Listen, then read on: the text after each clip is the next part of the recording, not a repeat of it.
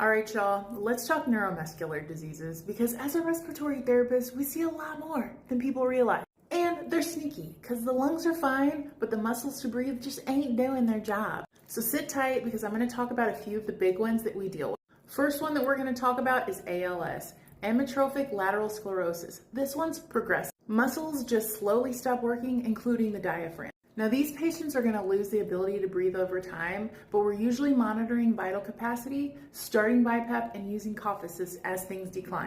Now, when things finally start to get to their worst, they're going to eventually need a trach or some type of home vent, which is where we come into play.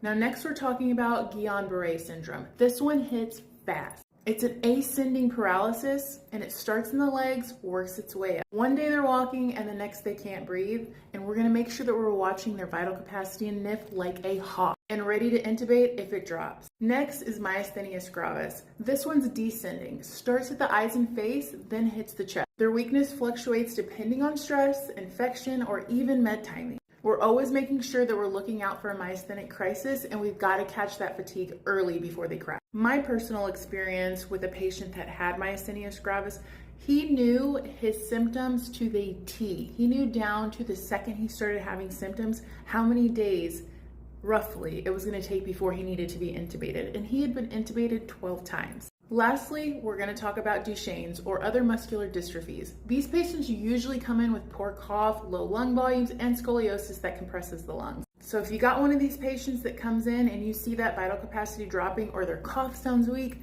that's your sign. The lungs might be clear, but the muscles are tapping out. So we're not just here as respiratory therapists to bag and chart, we're here to catch that decline before it turns into a code. RTs, stay sharp, my friend.